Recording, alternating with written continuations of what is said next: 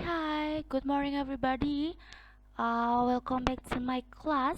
Selamat datang kembali di kelas Bahasa Inggris Mem Miftah. Ibu harap hari ini kalian semuanya sehat sehingga kita bisa belajar dengan baik dan dapat mengikuti semua pembahasan hari ini. Well, before I continue the discussion for chapter 1, I have an agenda that have to be fulfilled. Sebelum Ibu melanjutkan pembahasan chapter 1 kita atau bab 1 kita, ada sedikit agenda yang ingin Ibu selesaikan. Because some reasons I want to discuss this topic to you all ya. Karena setelah Ibu amati, beberapa dari siswa-siswi Ibu itu masih ada yang menulis dengan tidak menggunakan kaidah kebahasaan yang baik dan benar. Jadi Ibu ingin memberikan additional topik ya. Ini topik additional itu tentang the rules of capitalization and punctuations. Jadi topik kita hari ini adalah aturan menggunakan huruf besar dan tanda baca pada sebuah kalimat.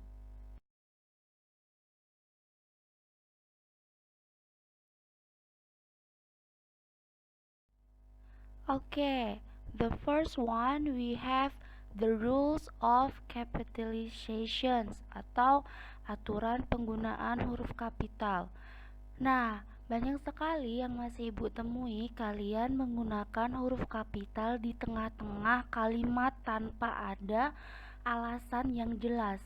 Bahkan kadang dalam satu kata kalian menggunakan lebih dari satu huruf besar. Nah, huruf kapital atau yang biasa kita sebut sebagai huruf besar itu mempunyai aturan penggunaan, tidak sembarangan digunakan. Nah, sebenarnya banyak sekali aturan yang digunakan atau aturan-aturan penggunaan huruf kapital ini. Tapi for today's topic, untuk pertemuan kita kali ini, Ibu hanya akan membahas beberapa saja yang fundamental ya, yang memang biasa kita temui dalam sebuah konteks kalimat sehari-hari yang kita gunakan. The first one is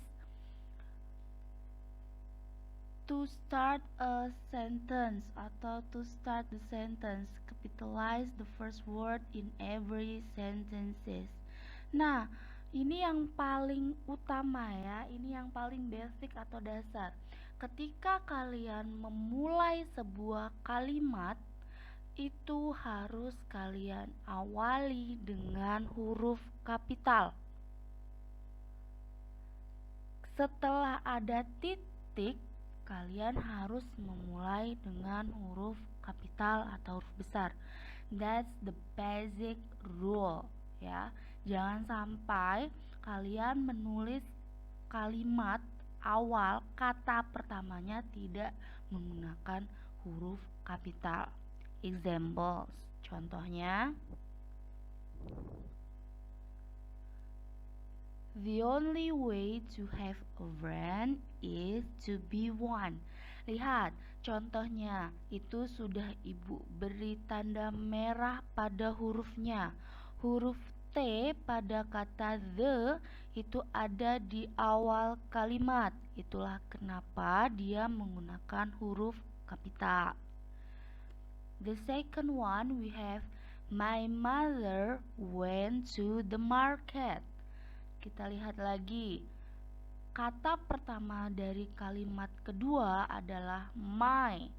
M-nya harus kalian gunakan huruf kapital, tidak boleh menggunakan huruf kecil. The second rule, capitalization rule number 2. We have use capitals for proper nouns. In other words, capitalize the names of people, specific places, and things. Atau dalam bahasa Indonesia bisa kita katakan huruf kapital dibagi sebagai huruf pertama unsur nama orang, termasuk dalam julukannya juga. Juga digunakan untuk tempat, ya, tempat yang spesifik, atau juga untuk menyatakan sebuah benda, tapi benda itu juga spesifik. Contohnya, untuk nama atau name, we went to Tiara house yesterday. Di situ ada nama orang kan? Nah, ada Tiara di kalimat tersebut. Ketika kita menuliskan nama orang, jangan lupa untuk mengcapitalize atau membuat huruf besar di depan kata yang menunjukkan nama orang tersebut. The second one, for the specific place, kita punya Diana went holiday to Greece last year. Specific place di sini bisa berupa country. Greece itu country ya. Diana pergi liburan ke Yunani tahun lalu. Atau kalau seumamanya place bisa sebuah, harusnya spesifik ya place-nya, tidak boleh tidak spesifik. Contohnya sebuah negara, negaranya tuh harus spesifik negara apa, apakah Indonesia or Malaysia or Singapore. Nah, kalau memang yang dikatakan adalah nama negara, berarti kan itu spesifik kan tempatnya, itu harus menggunakan huruf kapital.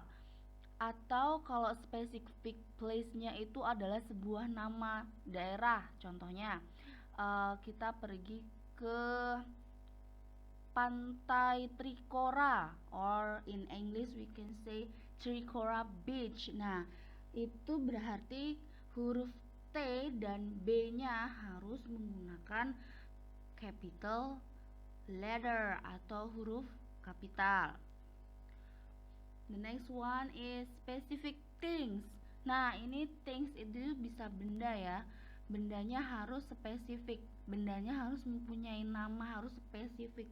Nggak boleh bendanya tidak spesifik. Contohnya, a news said that Barelang Bridge was maintenance for a while. Barelang Bridge, di situ ibu menggunakan capital letter untuk huruf B pada Barelang dan juga bridge. Bridge itu artinya jembatan. Jembatan itu sebuah benda kan? Benda itu adalah jembatan. Tapi benda yang disebutkan itu spesifik. Jembatannya jembatan apa? Jembatan Barelang.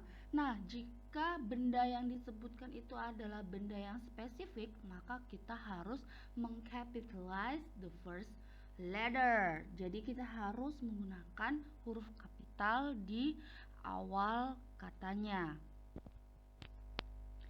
Selanjutnya, we have capitalization rule 3.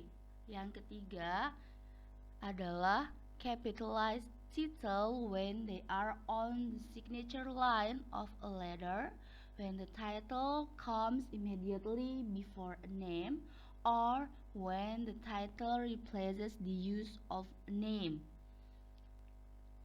Atau in bahasa Indonesia we can say huruf kapital dipakai sebagai huruf pertama unsur nama, gelar, kehormatan, keturunan, keagamaan, atau akademik yang diikuti oleh nama orang, termasuk gelar akademik yang mengikuti orang tersebut. Contohnya or example, do you have Sultan Hasanuddin's poster? Di situ kita punya Sultan Hasanuddin. Sultan adalah sebuah gelar kehormatan, ya kan? Sultan Hasanuddin poster. Itulah mengapa kata sultan diawali menggunakan huruf kapital. Selanjutnya, I met Miss Vicky Marquez yesterday. Nah, kalau dalam bahasa Inggris biasanya kita punya title ya, bisa MS, bisa MRS, bisa MR, or bisa yang lainnya. Itu juga harus kita capitalize, tidak boleh menggunakan huruf kecil ya, diingat ya. Nah, untuk capitalization rule kali ini ibu hanya memberikan 3 itu saja. Selain itu masih banyak lagi. Contohnya Kalau seumpamanya kita menyebutkan nama negara seperti tadi ya, atau kita menyebutkan bahasa Inggris, bahasa Malaysia, bahasa Singapura, bahasa Indonesia, itu juga menggunakan capital letter atau dan lain sebagainya. Kan Ibu bahas di lain kesempatan. For the capitalization rule, for this topic I only discuss 3 capital rules ya. The next discussion is about punctuation. Apa sih punctuation itu? Punctuation itu dalam bahasa Indonesia biasa kita sebut sebagai tanda baca. Ibu masih banyak sekali menemukan anak-anak ibu yang tidak menggunakan tanda baca di kalimat-kalimat yang dituliskan. Kalian jarang sekali membubuhkan atau menuliskan full stop atau titik di akhir kalimat kalian.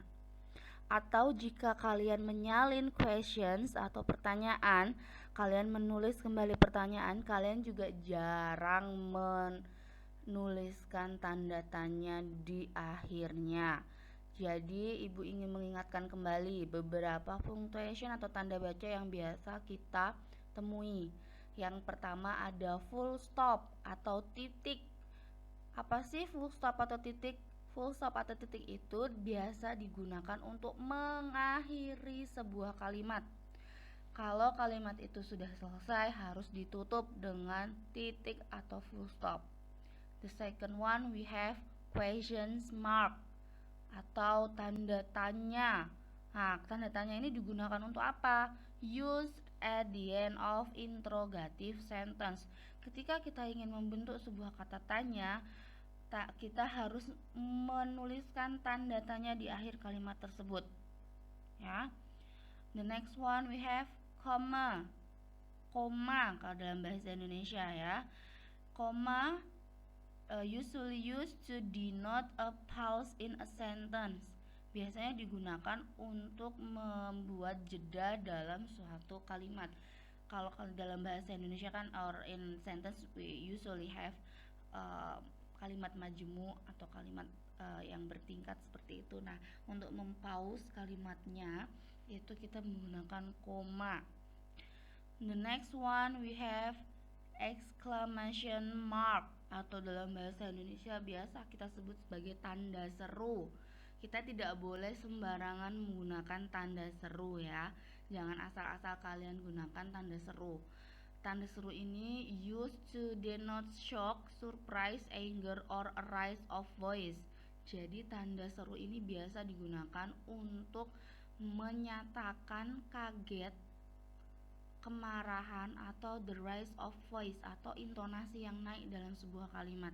Biasanya kalau semuanya di bahasa Inggris we have exclamation sentence, kalimat yang seperti wow atau good job, seperti itu kita biasanya menggunakan exclamation mark. Yang selanjutnya kita punya quotation mark. Nah, quotation mark ini biasanya used to show that, biasa digunakan untuk menyatakan kalimat tidak langsung. Kalimat langsung, maaf.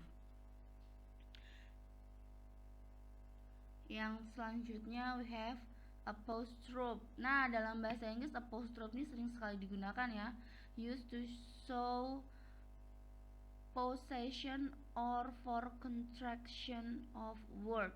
Biasanya kalau seumanya kita menggunakan possessive itu atau sebuah tanda kepemilikan atas suatu benda atau suatu noun, itu kita menggunakan apostrophe. Contohnya Dina's book.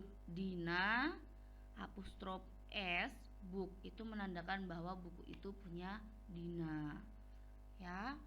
Nah, untuk punctuation juga ibu hanya memberikan yang biasa kita gunakan, hanya beberapa saja.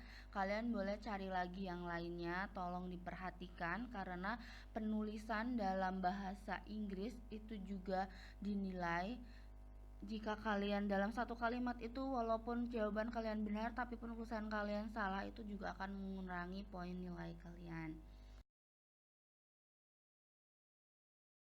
Penjelasan Ibu sudah cukup ya.